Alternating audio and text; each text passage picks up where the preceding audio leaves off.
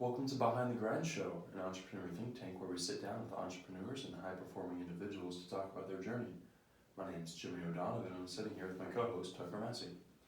Hey guys, Behind the Grind Show is sponsored by Long Hollow Creatives, a boutique, co-work, and co-op studio space located at 700 North Gillimard Street.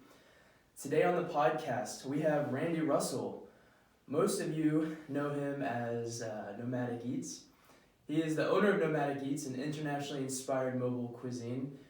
And just yesterday, they had the grand opening of Nomadics, a collaborative cafe and beverage lab with Big Jerk Soda and Miss Jones Cold Brew, and they're partnered with Nomadic Eats food truck outside.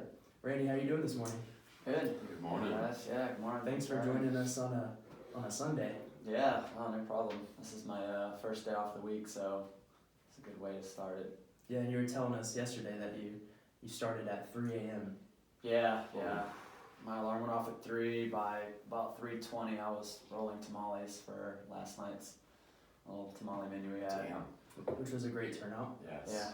Before we get going too much further, how about you give the listener a little background on yourself, both personal and with Nomadics? Okay. Yeah, it's a crazy story actually. It's still, after 4.5 years now being open, it's still really kind of surreal sometimes when I think about how it's worked out. It was so basically my background, first job I ever had was in a kitchen. I washed dishes for a month, then I got promoted to work in a deli, and 3 months later I was an assistant manager with keys to the place. Where was that at? That was a little place in Cold Brew called Bay Window Deli. Okay. And that lady should have never given an 18-year-old a set of keys to the deli because, anything you can imagine. But yeah, I just I don't know. I just worked in restaurants my whole life. I grew up just kind of really advancing fast anywhere I worked. I kind of got I guess the restaurant I grew up in the most was a restaurant called Ryan's Catch out of Cold Beach Highway. That's like the first real restaurant I ever worked in. A chef named Buzz Valadeo, which I still talk to this day, admire the guy a lot, taught me a lot. Like he literally, like, things to this day how I would manage were things that I look back and like how he treated his staff. I was there for like 9 years, kind of bounced around, ended up being the executive chef at the end of that place the last year I was there. At one point got really just burnt out on the restaurant industry. Said, I'm doing something different. Went to school, got a degree in finance, went on like 2 interviews, said nope, not for me. But it was during that time that I going through college, I was like, well, easiest thing to go through college is to wait tables. So started waiting tables at a restaurant that I should not name, that I was actually at for 5 years, that serves a lot of breadsticks. And it was just so easy. Yes, a few. Yeah. It was just so easy to wait tables in this like big corporate chain place that there's a staff of 60 servers on the schedule, and I could give away a shift or pick up a shift so easy while I went to school. Mm-hmm. And then once I kind of graduated, and I was like I fell into, I guess, the first trip I took out of the country, which is really where Nomadic Eats kind of came from, where it kind of started from, was a bunch of old Waterboys guys take a trip every year to go to Costa Rica to do a little surf trip. It was Randy Blackwell and Kaipo, Napaka, and Dave Jones, and God, who else was on that trip? But they invited me to go one year. Randy Blackwell's an old friend, and he was like, hey man, we go every year, we always bring like a newbie with us. You want to go? And I was like, leave the country? Like, Hell yeah. yeah, so. How old were you? I was not young. I mean, I started traveling when I was pretty old. I was probably like 30, early 30s, somewhere around there. So went on a trip with them. We did a week in Costa, and I just saw kind of how easy it was. And then I came back, and I was like, man, I'm gonna do that. Like, I'm gonna go on my own. And then so later on that winter, took a month, still waiting tables, saved up some money, took like a month off. And just flew down there, and when I think back to then how I traveled, I had this huge old army bag that I think had, I don't know, I might have tried to sew wheels on it or something. It was ridiculous. And I just had so much stuff, and I'm lugging it around, but I went down there and just threw myself into it, and kind of discovered, like hostels and the backpacking scene, and then I came back home, and then I went again, Costa Rica again the next year, or not, probably wasn't even a year later, and I came back, and then I went again, and it wasn't until the third trip that really like the travel, like the bug got me. Yeah. And that trip was 2 months in Nicaragua and Costa Rica, and same thing, surf trip. And I mean, I just discovered this whole world of like hostels, and which are not what normal people think. Everyone's like, oh, look at the movie, you're gonna die.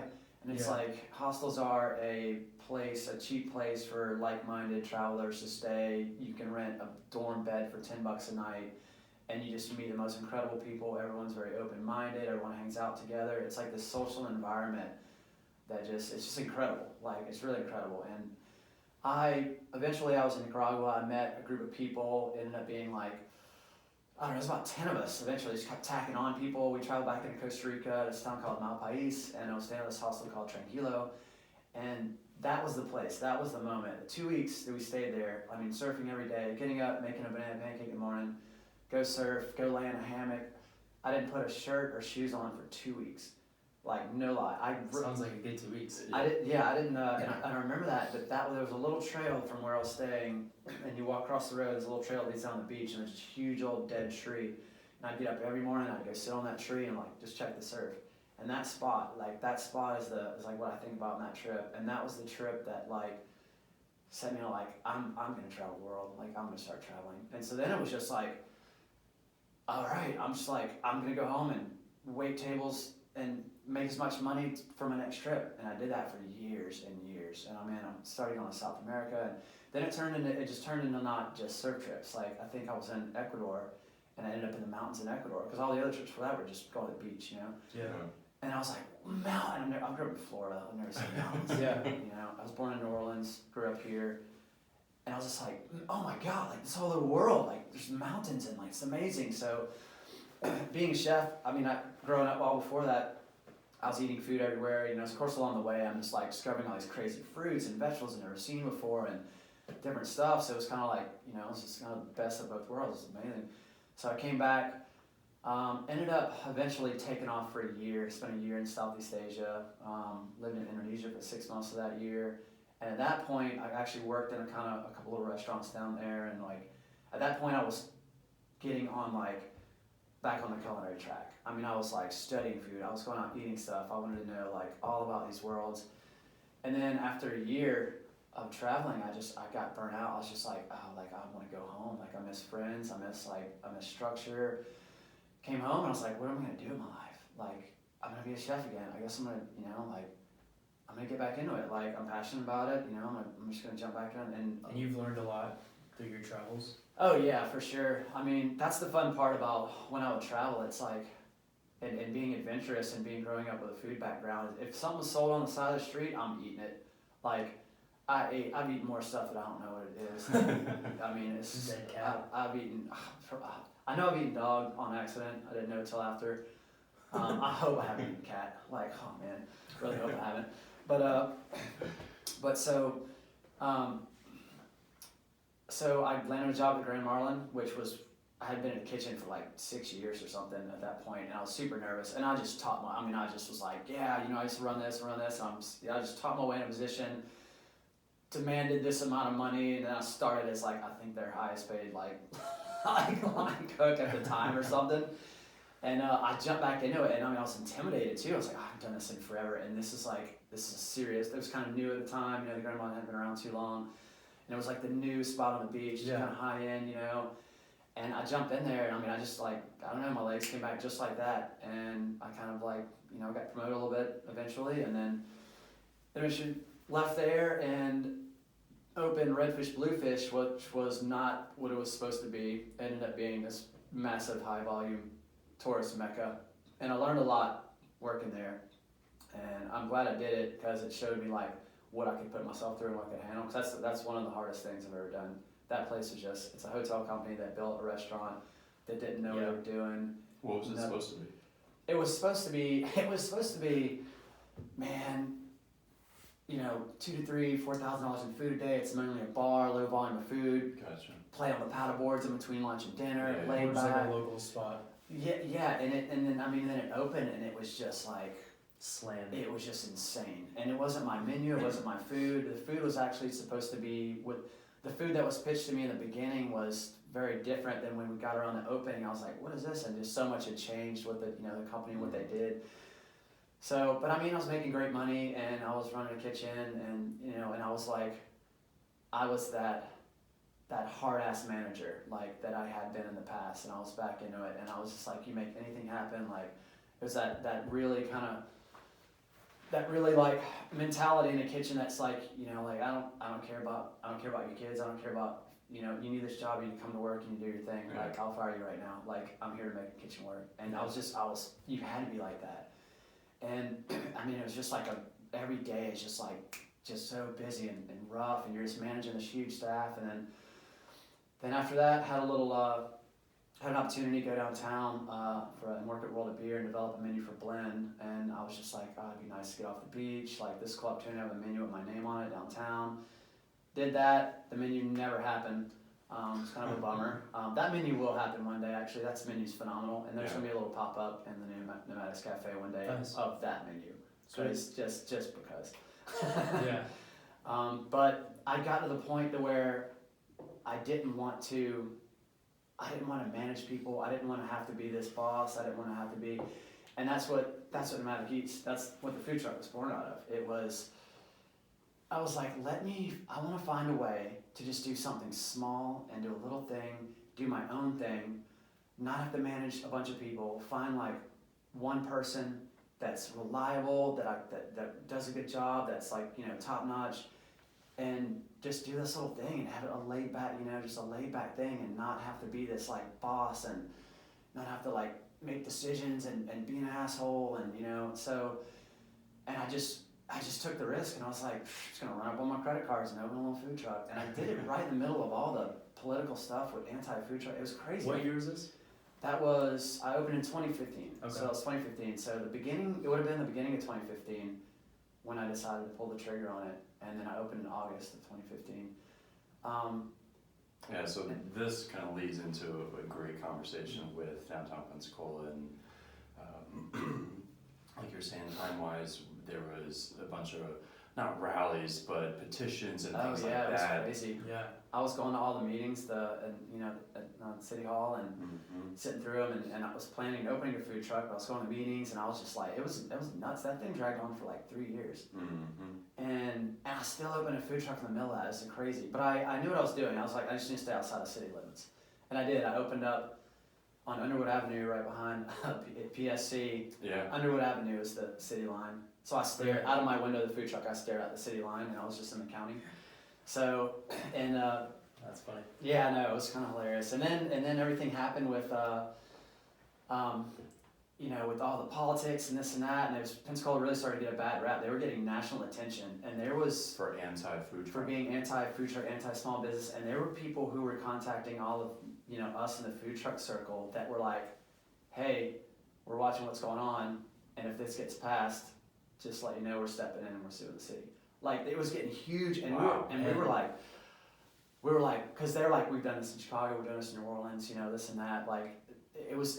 We were like, holy moly! And so we're just sitting back, like, this is a big thing. And not really realizing how big. Yeah, and then this is.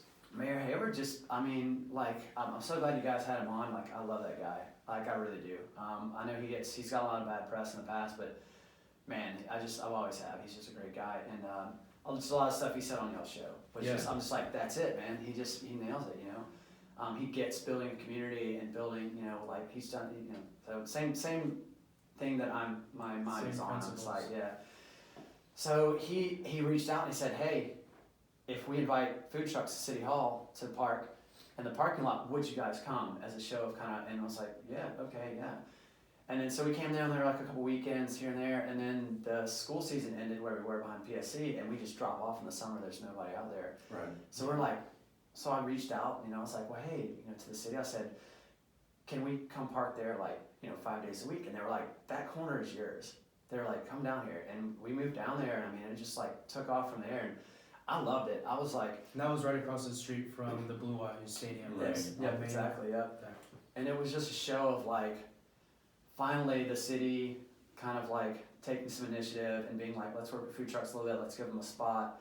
And that's the way it works in a lot of other bigger cities. You've got a certain area where this is where all the food trucks go, you know, and like, and so that's what it was great. And I wish more trucks would have kind of really like come along and really like root themselves there, and they would have been like constantly, you know, it's just a lot of hit and miss, and a truck would come for like one day a week, you know, or here and there. We were the only ones that were like stable. Consistent. Yeah, consistent. And no, but yeah, I mean, it was just history from there. It just grew and grew and grew, and got a really awesome customer base downtown. And to say the least, last night when we came by for the tamales and the grand opening of Nomadics, it was absolutely slam packed. yeah, it was a little wild, it was a little surreal. I was gonna say, what's that feel like when you're It's- able to walk up? So it's funny because, you know, we opened, and the cafe was a way bigger project than I anticipated. I thought 2 to 3 months,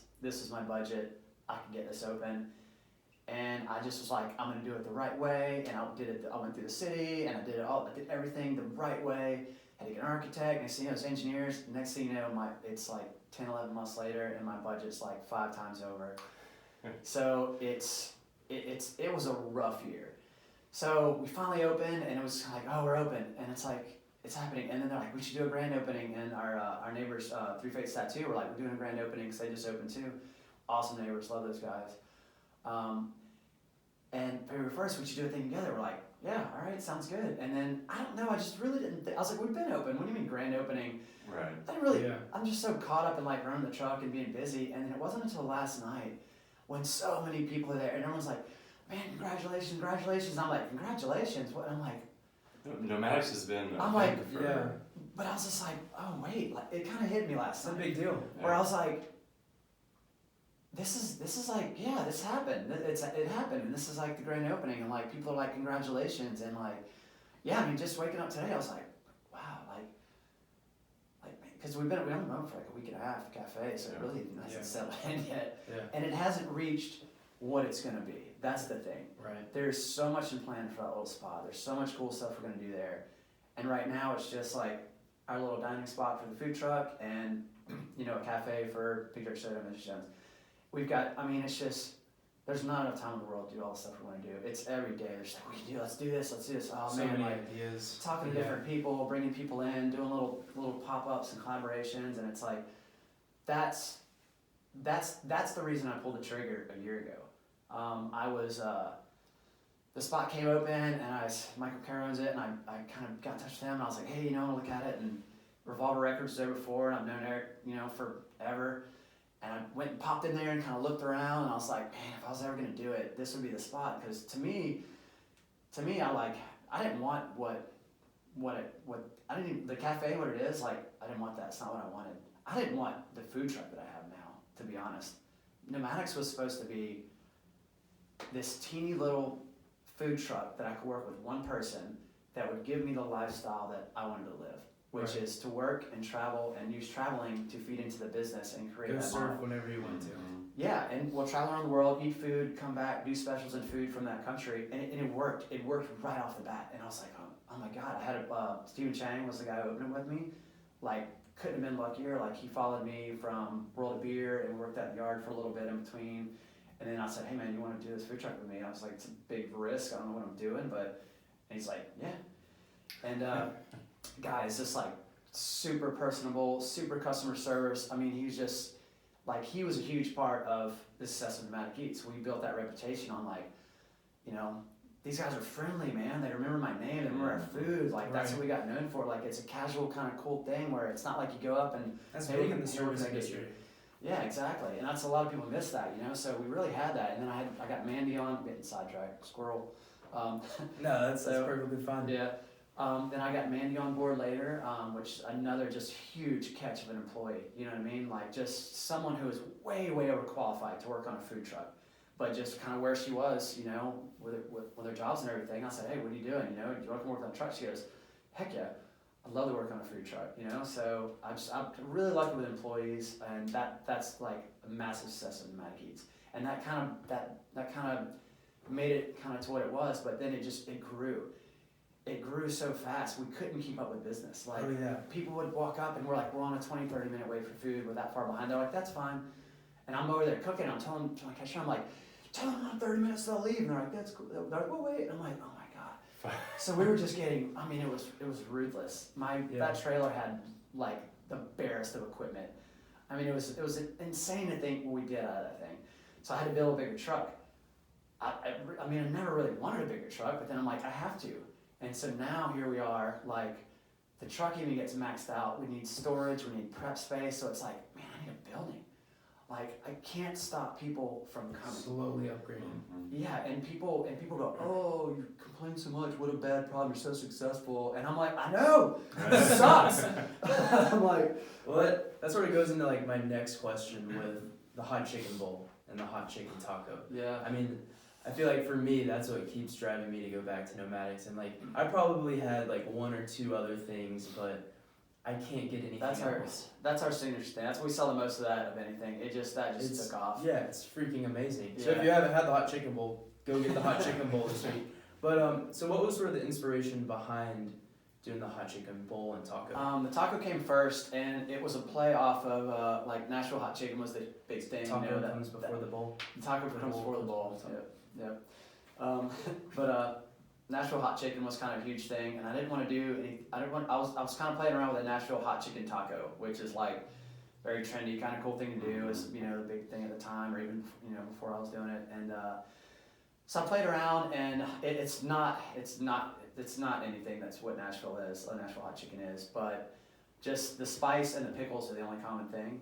But we just and this is like version 3, I think, of the hot chicken. It's kind of evolved like over the time. But then we had the taco on. I think we did a special a couple times. People were like, "Oh, what is this? Like, oh my God!" And they're like pickles on a taco. Like, what? I'm like, just try it with sauce, with everything else. It's just like it's all about balance, And that is the perfect balance. And the complement each other. Yeah, the spice blend that we make for it is it's a balance of sweet, salty spice, And you've got all the the citrus, and all that from the other stuff.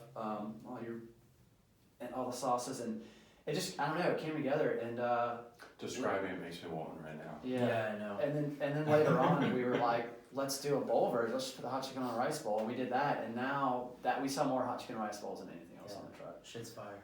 Yeah. So good. Go ahead. Backtrack a little bit, if we can. Traveling first trip, coast to obviously 100% surf trip. Mm-hmm. At what point did your trips stop becoming 100% surf and you started realizing there's more to learn about culinary, or was it always? First trips were definitely just surf trips. They were literally like, I'm gonna be the biggest beach bum I can and do nothing and live for $12 a day, and enjoy life. Yeah, that's it. That was probably the first.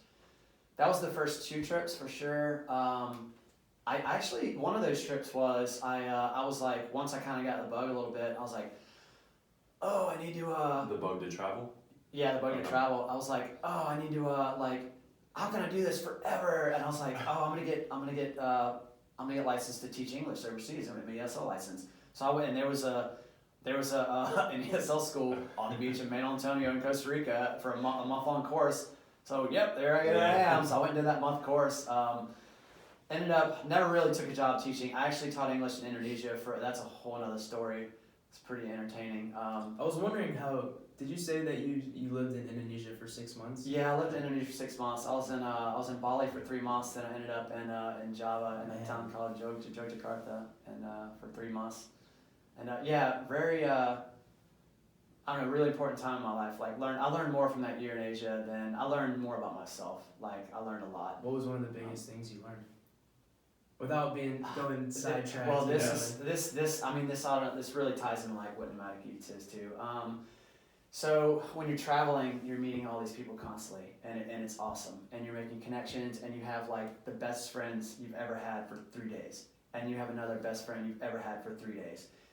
And then after a while, that just gets boring. And then I settle down, and then I'm in this country with such different cultures. It's really hard to connect. I had local friends, I had friends, but it's not like those friends you have at home. Right. And I really learned that like I am such a social creature.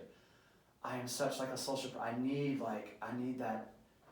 I just need it. I'm not a loner kind of guy. And it's hard to like connect. I need that connection, and so that's another huge thing behind Nomadic Eats. Like when I opened that place, like I poured my life. I was gone. My social life, everything gone. Like relationships, anything like that. It's just still this day. Like you just said, you woke up at 3 o'clock in the morning. Exactly, and that's not uncommon. I'm up at 5 or 6 most mornings. Getting stuff done, but the food truck turned into my social life. Right when we opened, all the people I've known, everyone just come to the truck supporting us. So it was all of a sudden like it wasn't just like, okay, I've got this business that I'm trying to fund my traveling and use that travel and discovering food to flow back into the business. It became, and I'm giving away my social life. The food truck became my social life. Mm-hmm. People are coming out the back door, hanging out, talking, and that's what I love about the food truck. And that's one of the most important things to me. So community. Building community, and that's my life now, and that's most of my social life. So when people come to the truck that I know, and just even regulars, like yourself, Tucker, and even that, just hey man, how's it going today? That's what really gets me. That's what really that's what I love. I love going to work every day. So it ends up being, it just, I don't know, it just works on all levels. It's I'm making a living doing what I want to do. I'm funding my traveling, and I'm getting to see people and talk all the time and have this have interactions and have build relationships, and so that's what I love. And that's what I learned in that year in Southeast Asia, that I had a dream job over there. I had a guy, this German couple that owned this resort on the north coast of Bali, and said, we want a chef to come, you have your own bungalow, you just come and you cook breakfast, dinner. And I mean, it was gorgeous on the north coast of Bali. I had my own beautiful Balinese bungalow. I mean, I had Wi-Fi, I had everything I needed. There's a pool, it was right on the ocean, beautiful reef with sea turtles. Sounds amazing, right? Yeah. Thanings for giving all that up. I lasted 2 weeks. Really? It was in the middle of nowhere. Yeah. In the middle of nowhere. The closest village was a 30-minute scooter ride away. It was gorgeous, but I was bored out of my brain. All the other employees there were just family, local, Balinese, that come in, don't speak a lot of English, go home to their families.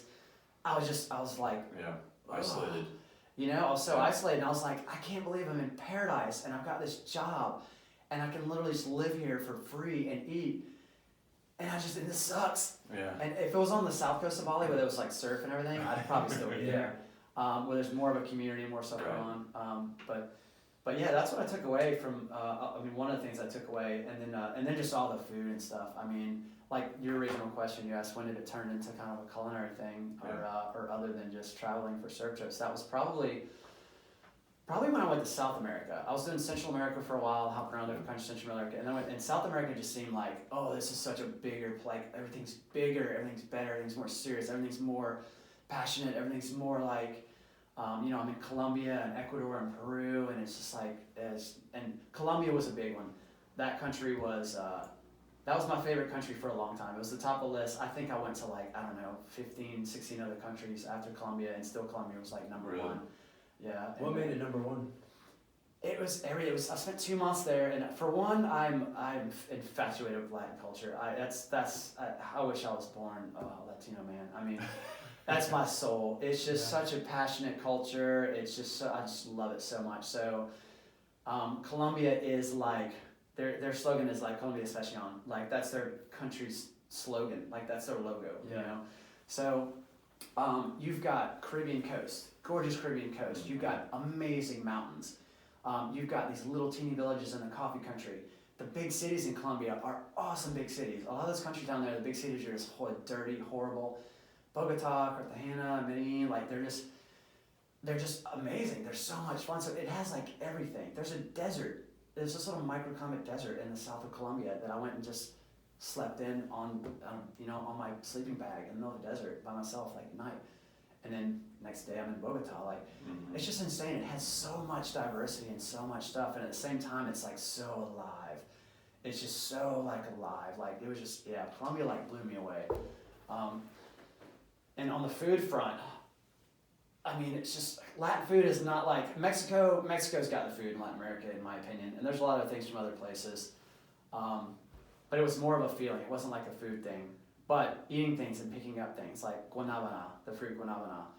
I discovered that in Costa Rica probably the first time, and I'm like, this is my favorite fruit in the world. Like, oh my god, it's amazing. And then years later, I'm in Southeast Asia, and I'm like, this is guanabana. They're like, no, soursop or sirsak, whatever, depending on where you're at.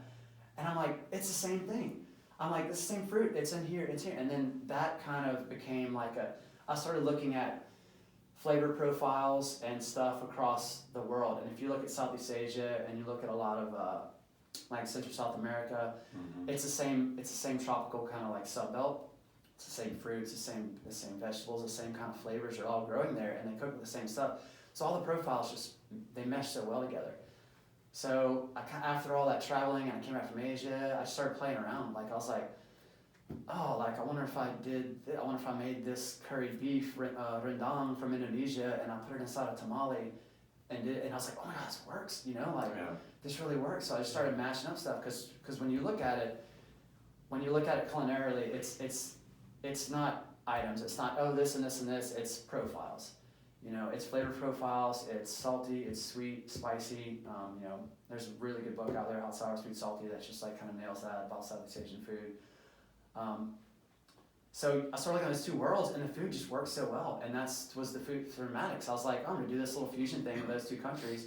Later on, it became kind of like I started going to other countries other than just Latin America and Asia, and started kind of like, all right, this is more internationally food now because I don't want to be limited to Asia and Latin America. So yeah, and here we are. Yeah, you can tell that you're very passionate about what you do. Yeah, I am. I mean, that's I feel really gifted because not gifted, but really blessed because not many people get to do what they love and make a living out of it. Right. And I took a huge risk. I said, I'm gonna max out every one of my credit cards and sell all the junk in my closet to try to open this little food trailer, and to try to create this life that I want, and it just worked. Maybe not the smartest, but sometimes that's the only Yeah. way Well, it that's can what- happen. That's Yeah. what you hear from many entrepreneurs is, their first business, they're maxing out their credit cards, spending as much money as they can on equipment or whatever it may be. What were some of those first thoughts, once you started to run up those credit card bills? Oh man. Were you extremely just scared and you're like, what am I doing? I mean, sleepless nights, everything. I remember trying to open, and I remember freaking out because I wasn't paying rent, and the next week I was out of money. I had nothing. I was literally like, what am I gonna sell next? To try to pay bills, and I was like, I gotta open, and I had this location. And it fell through last minute. And it was right around the corner from my house, on Barrancas. It's this little auto place. And there where I got all my cars fixed. And it's right next to the Raceway gas station. And they were just gonna let me park right out front, Yeah. And then the guy's like, oh, well, my daughter who co-owns the place with me, she's uncomfortable because we share a parking lot with Raceway and they sell hot dogs. So we don't know about having a food truck. Competition. Yeah, and now I'm like, well, look at me now. Yeah, right? Yeah, but screw your hot dogs. yeah. So I remember Mark Schremer, Creative Instincts Signs. He did my. He's an old friend. He did my graphic. He did all my graphics. He wrapped my truck and everything. Did all the graphics on the trailer. And he's like, dude, come park out in front of my shop on South Navy. We've got this little commercial spot right behind his house, right on South Navy Boulevard.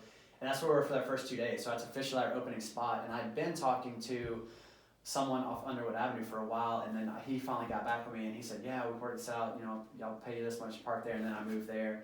But I just remember being like, I have to sell product. I have to open, I have to. And then we opened, and honestly, I would say the first solid month for sure, if it wasn't for friends and people I've met in the industry coming out and buying stuff and tipping us, I would not have made it the first month. I would have tanked. Just living on the tips alone, because at that time it was me and Steven, we split tips, and it was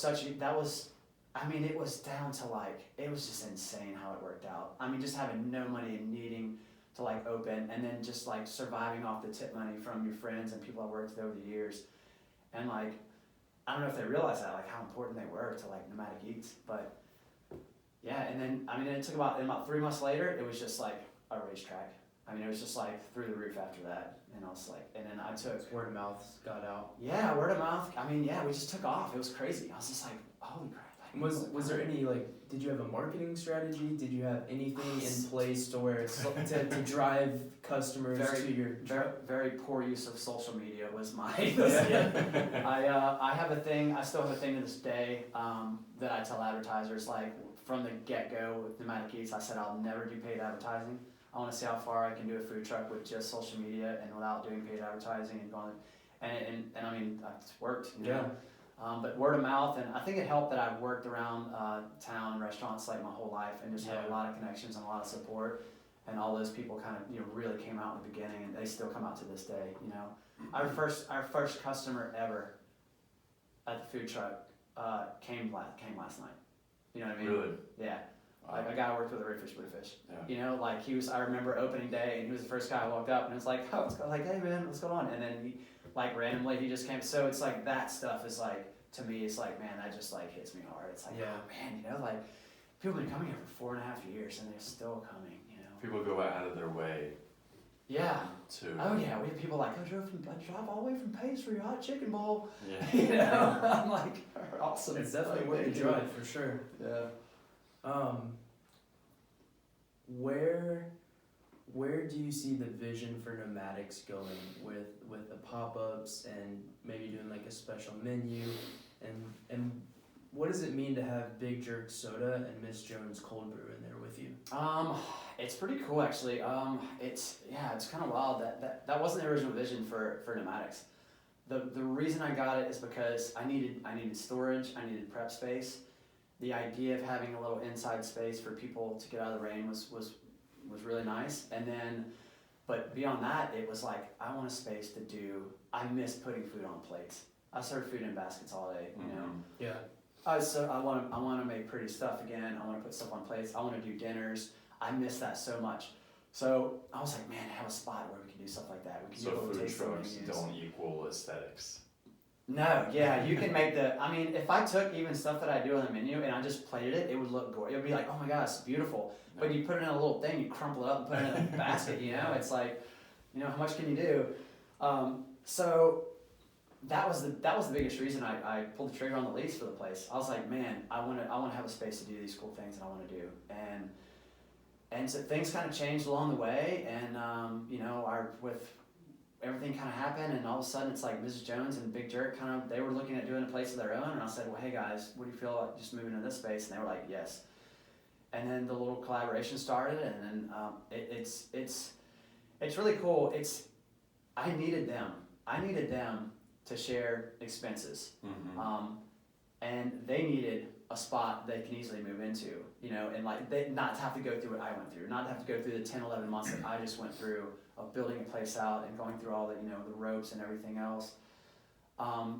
So it just really worked out, and I was like, well, look guys, I'm gonna build this place out. I'm doing it regardless. You know, anything else y'all want to bring to the table equipment-wise or putting money into it, but I'm doing the bulk of it. Like, I'm doing it regardless. So I was like, but, you know, our whole thing is like, we share expenses, we blah, blah, blah. And they were like, we're on board. And then from there, it just turned, and we sat back and looked at it, and I'm like, how perfect is this? It's a coffee and a soda company and a small food truck. We're all like micro business. We're all, you know, under the same umbrella. Yeah. We're on the same umbrella. we're not. And that's what I like about it, and that's what really Nomadic Eats is too, and all of us is we're doing this to support our family, support, you know, just our lives. We're not trying to grow. I mean, they might be. I'm not trying to grow into a mecca.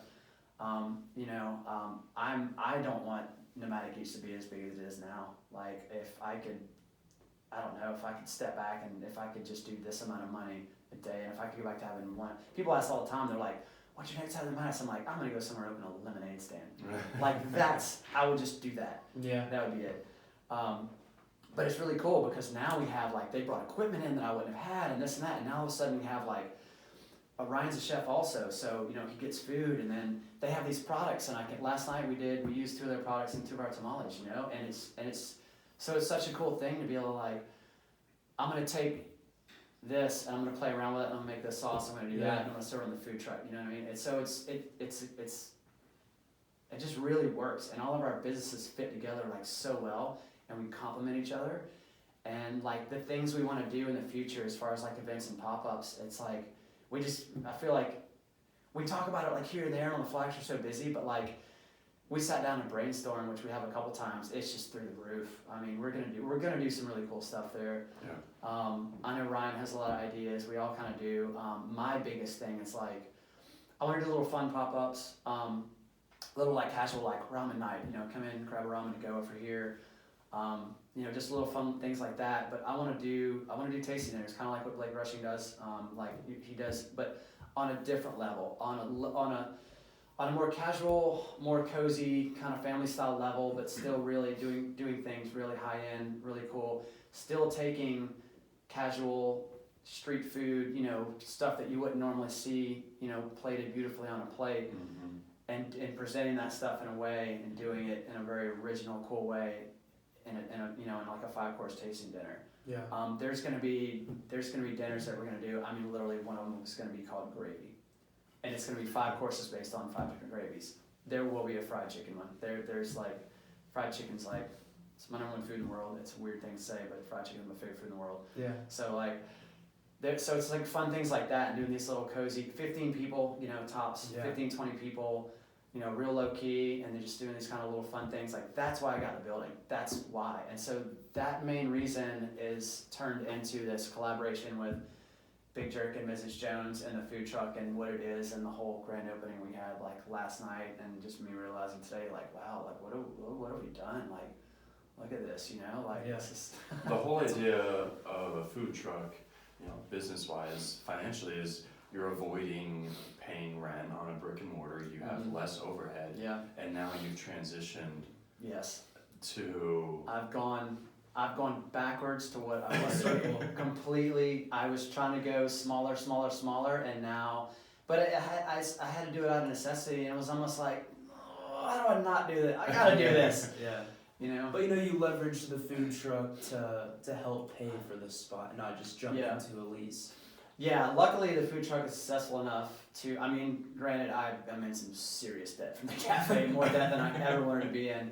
But luckily the food truck is so busy and so successful that I was able to sit and pay rent for the past 10 months on a spot and not make any money out of it, supporting it from the food truck. Somewhat, I mean, a lot of debt covered some of that, but it wasn't like I was jumping into it. So the risk wasn't as much for me because I already have an up and successful business. And now I'm to the point now we're open and we're sharing costs, and now everything's like, I can breathe. Yeah. You know, it's like, all right.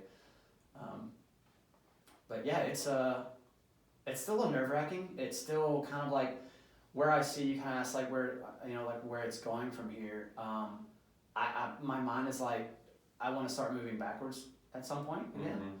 I want to get the truck, and this is something really big for me because I'm such a control freak, and I've always been like, everyone's like, you need to just hire someone to do work on the truck. I'm like, like, no, like I work on the truck. I gotta control everything. So I'm really happy with my staff right now. My sous chef, Chef Powell, is like, he's awesome. Chris Powell, Chef Powell, yeah, that works too.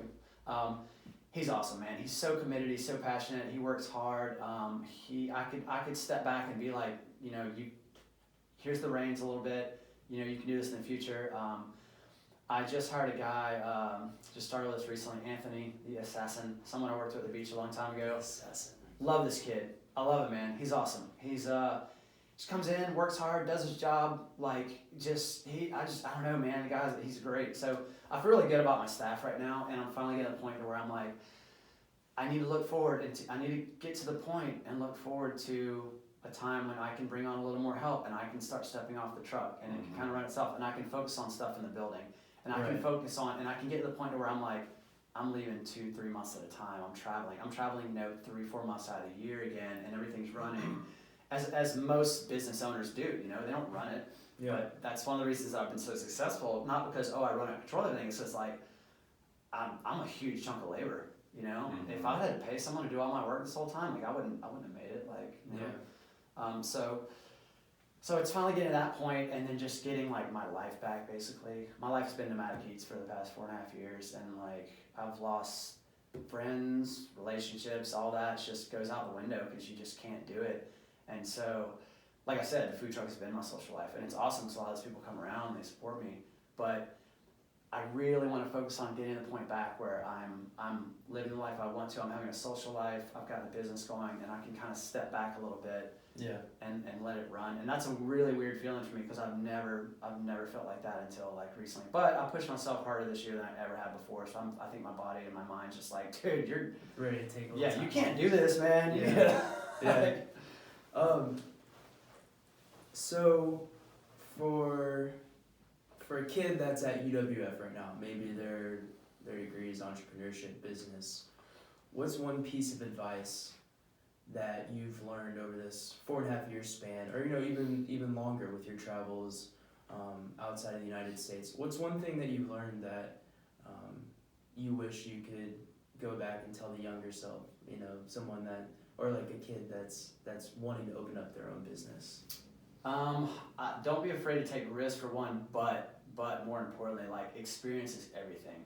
You've got a lot of people out there, and I see businesses fail, and because they're just like, they have this idea, and they're and they do it, and they open it, and then it just doesn't work. It's like work in that field. You have to suffer to reap the rewards. Work in that whatever field you want to do, whatever you do. Work in that field. Don't just work. Don't just have a job. Like all the times that I spent other chefs, and I've worked for all over this town. I worked for a lot of good chefs in this town, a lot of good people. I paid attention. You pay attention to how they manage the place. You pay attention to the things they do right, the things they do wrong. You don't just come in and clock in and go, and complain about it's gonna suck, I'm so hungover. Like you do your job. Work ethic is huge to me. That's something I feel like is really getting lost these days. I grew up with I'm the opposite end. I have my work ethic. It's just, I work 1 million hours a week, and I'll do anything for my job, and I'll give so you've got to be committed, you've got to put the time in, and you have to really pay attention. Pay attention if I'm working under a chef and I see the way he takes a certain situation with an employee, with a situation, whatever, reflect on that. Go oh, that's awesome. The way he did it. Or that's a mistake. I'm not going to do things that way. Right. And you really got to learn that, and you need to take all that, and you need to put in your work.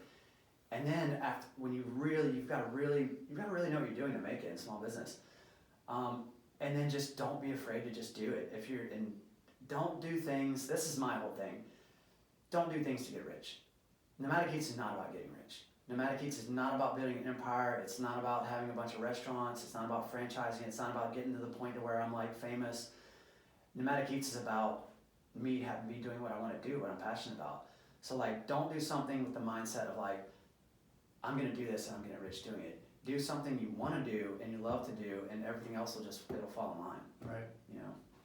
Which I think that's when you're younger. That's hard because you want to get rich fast. Yeah, exactly. And you're anxious, and you're ready to do stuff, and that's good. Young energy is awesome. I feel like I still have a lot of that. I feel like a kid inside sometimes. Yeah. But you gotta be careful. It's don't just jump into things. Really do your homework. I did even opening the truck, and it was a big risk. I did my homework. I knew. I built, my P&Ls and pro forma P&Ls, and was I need to do this much sales a month to make, for break even. I need this. This is what I need to do to pay my bills. This doesn't work. I'm only in this much in debt. I did my homework on it. You really gotta. And that's what a lot of people don't see, the behind the scenes of Yeah. You have the pro forma, you have the P&L. Yeah, and I think that's what a big part of my success was too. Is I have a degree in finance. Mm-hmm. And although I never want to work in finance, I love numbers. I love my man. Yeah. Not me. Nope. Yeah. That being said, it's kind of funny because this year's been so insane that I'm 6 months behind on all my P&L. I have a box of just it's gonna be and I'm oh my god, taxes are coming up. It's gonna be. I'm gonna just pass it off. Oh man, somebody would laugh at me. It'd be like that scene when you get audited and the guy just hands the IRS a box this big of receipts. It's here you go. Yeah, it's pretty bad. It's gonna take me a long time to get all that caught up. Once Nomadic Eats or Nomadic opened up, what was one of your first failures? Looking back, you're shit, that was not the right idea. Man, that's a tough one. not saying, oh, I'm so successful. Yeah. That's not it, but oh man, there definitely are.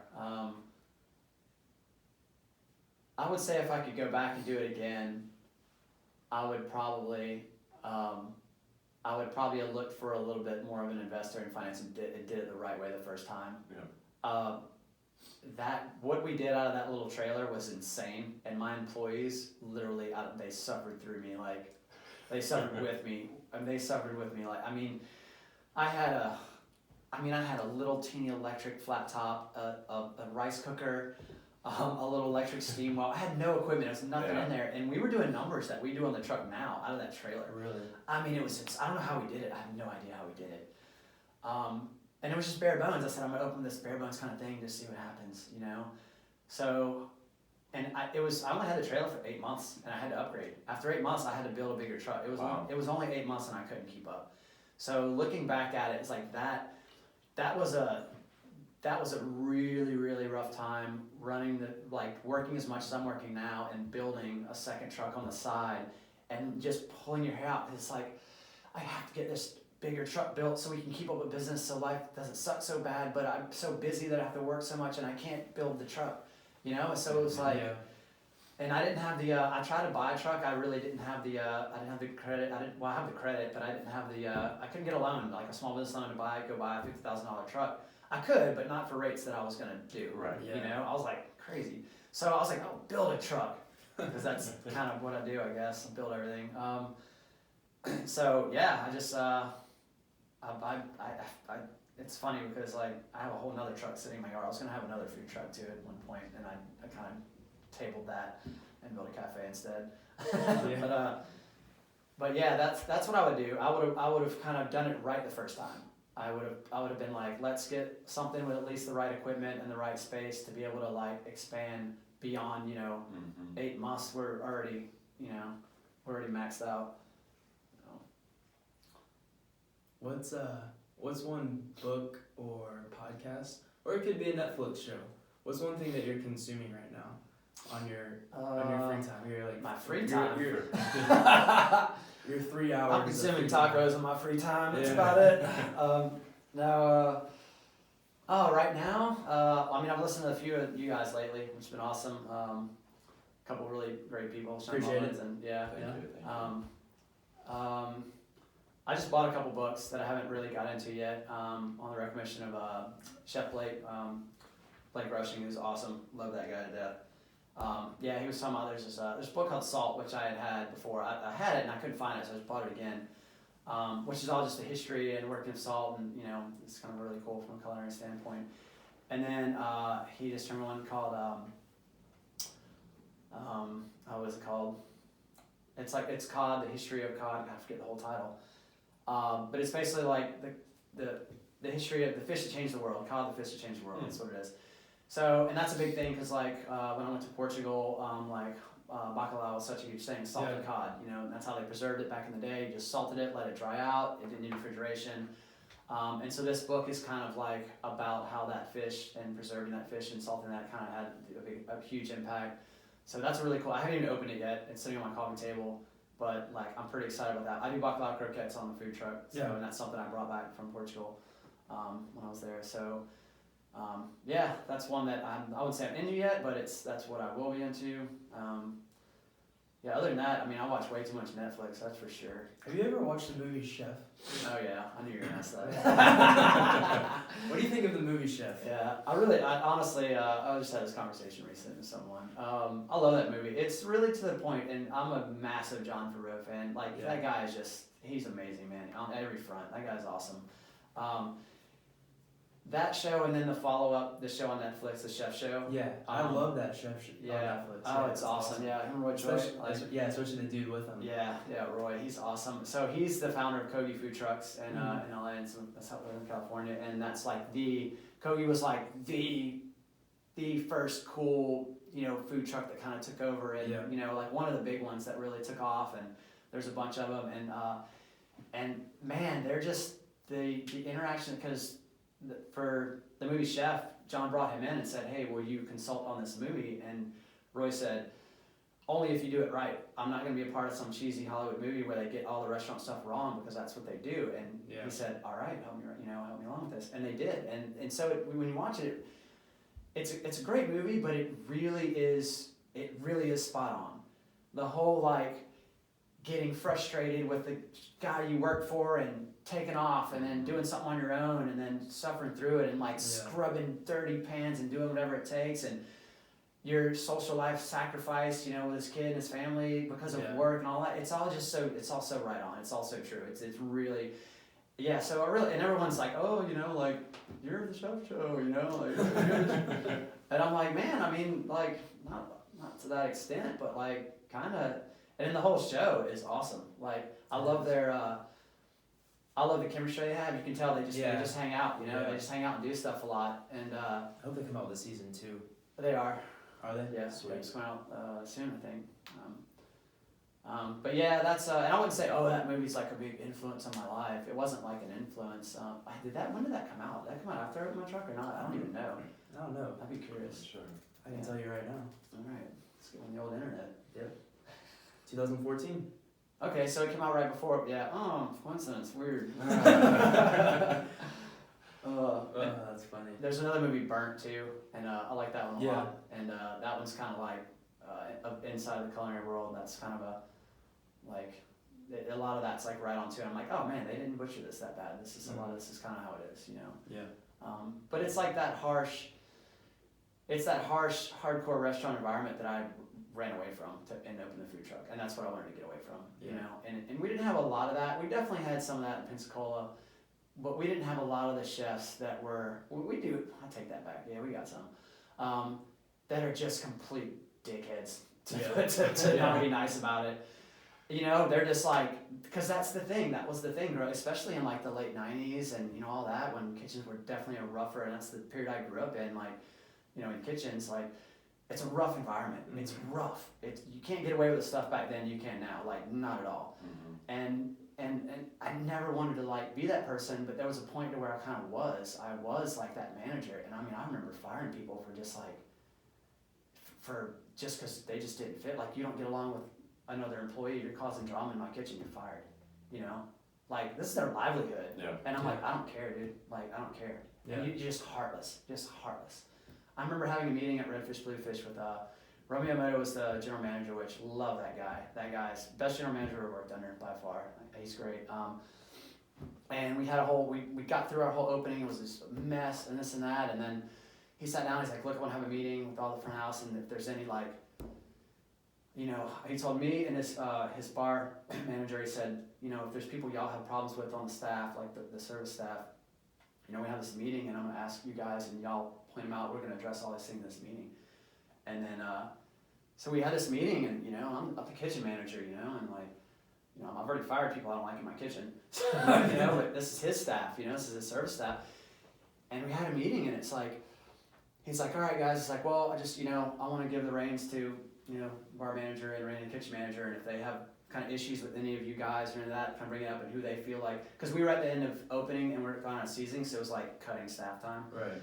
And so he was like, I'm going to give kind of reins to them if they have anyone that they think doesn't belong here, doesn't fit. And he kind of looked over, and the bar manager, Erin, she looked at me and she was like, you can go first. And I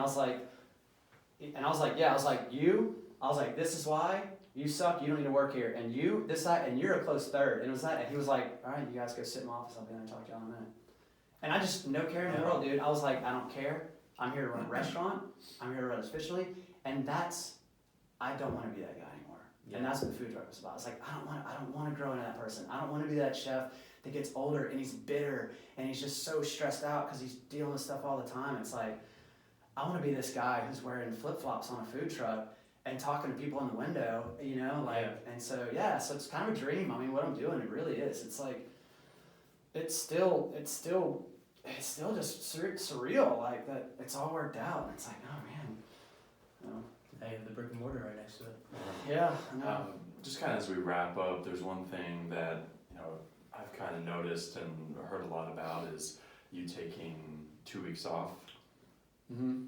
We take, Is it 2 weeks? well, we usually close for the whole month of August. That's my Okay. travel month. And then Okay. the winter, we'll take 2 months off, 2 weeks off in the 2 weeks winter off, also. okay. And those Should are get my, a hot chicken bowl on my birthday. oh man. Oh man, I'll make that happen this year. That's my travel times usually. August is it's a good time. It's the hottest month of the year, and it's a slow season for the food truck. It's just too hot to stand out for the food truck. That will change now with the building probably. We have a lot more potential to do sales, but and then we close usually for in between Christmas and New Year's. We'll close for 2 weeks, and those are my travel times. Yeah. I'm hoping to expand on that in the future to where I'm taking off like a lot more. Not necessarily closing the truck, having it being able to run. This year I didn't get a vacation. The building the brick and mortar consumed me, money, time wise, everything. So I didn't get to sneak away. I haven't been on a trip in a year, and it hurts. With that, I mean, from the consumer aspect, you hear so many people like, damn it, like the food truck from Nomadic Eats is closed. Like, Oh, I really want that bowl, but oh man, what do you use that time for? I mean that's just getting away. The last trip I took was the Dominican Republic last Christmas and New Year's, and it was just a 10-day trip just to get away, a teeny little beach town. Yeah. And I either surfed, laid on a beach, or laid on a couch for 10 days straight, and just Reset. And we're not talking about a company that's been up for 20 years, profiting 7-8 figures. This is a food truck that just opened up, but taking personal time and reflecting is. Oh yeah. Yeah. You have to, and I mean it's. I work so hard so much throughout the year, and I don't get a lot of that like downtime, and it's very rarely. Even my days off aren't days off. Yeah. I'm leaving here and I'm probably going build some stuff for the cafe, like today. So that's the way. That's what I give up. I tell myself I'm gonna just kill myself throughout the whole year, but I have that month, and I have that month to just go to amazing places, eat amazing food, interact with amazing people, like have these experiences that most people just don't even ever get to have, and it's I know too mentally, man, when it comes up to it, I'm like freaking out. I'm just like, I can't take another day, and then finally you just get there and it's like, I'm closed, all right, I'm on a plane. It's like, and it takes finally breathe. Yeah, and it takes a while to calm down. It's something about like how we, our society, we're go. Yeah. We're multitask, go. And I used to have a real problem with that on my beginning trips. It takes a week to 2 weeks to settle down for your brain to stop. You can't just go lay on a hammock and just relax. You can't. You have to get up. You got to get on your phone. You got to do stuff because you're so used to that. But then after a while, it gets to where you can just lay there and do nothing and just be content. And now I can go right into it. Yeah. It's like flipping a light switch. Like I can just do it. I used to be able to never do that, but I guess it's just, practice makes perfect. Yeah. No. For like your meditation time. Yeah, it really is. Like, as soon as I get on a plane, I'm just like headphones in, my little playlist that I built to go to that country, pop it in, and I'm just there. I'm just there already. And I'm a totally different person when I travel too.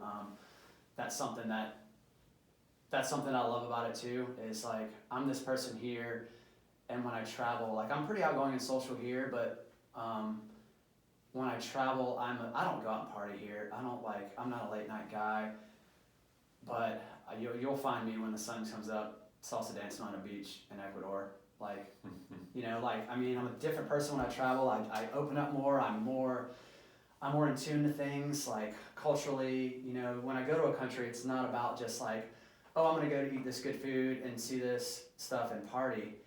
It's like you really get into the culture and you learn to respect the culture. And that's the thing of just living in another country, spending a lot of time and living in Southeast Asia for a year, is you see so much. There's a huge difference between a traveler and a tourist, a huge difference. And I learned that early on through the whole backpacking scene, like what real travelers are. And you just pay attention to things. You pay attention to what's culturally wrong, what's right, how to act. You have respect for these people. You know your place, and you get abused. You're gonna have people treat you bad, and you just take it. You don't go like, oh, I'm an American, and I'm like, what? You can't talk to me like that. No, you just take it. Yeah. Like you're in their land. They have all these stereotypes about you. They've had people coming from your country to theirs, just treating them like crap. Just just being assholes, and you go and you realize that, and you're like, I have to set a good example. Right. Like you learn the language, you learn as much as you can for basic communication. Every country I go to, I learn how to count, I learn hello, I learn as much of the simple stuff for just basic, because just that little bit of trying goes so long. They go, oh, he's like trying, you're not just speaking to them loudly in English so they'll try to understand it, Yeah. But that was a good way to end it. Any final remarks for the people, Jimmy? How do you see Nomadic influencing the food industry here in Pensacola in 5 to 10 years? 5 to 10. Holy moly, I'm gonna be retired in 5 to 10. Yeah, I don't know. I love what's happened in the industry in the past 5 years. That whole year that I left, that I said I lived in South Asia, I left because I hated Pensacola. I didn't say hate. I would say I was traveling these other parts of the world and coming back here, and it was like, it was coming off a high, and coming back here where it was boring. There's nothing. The only thing people do is just go drink at Seville. It's like, yeah. And then I came back from that trip. I left for a year, and then I got really homesick, and I came back, and then Pensacola just changed.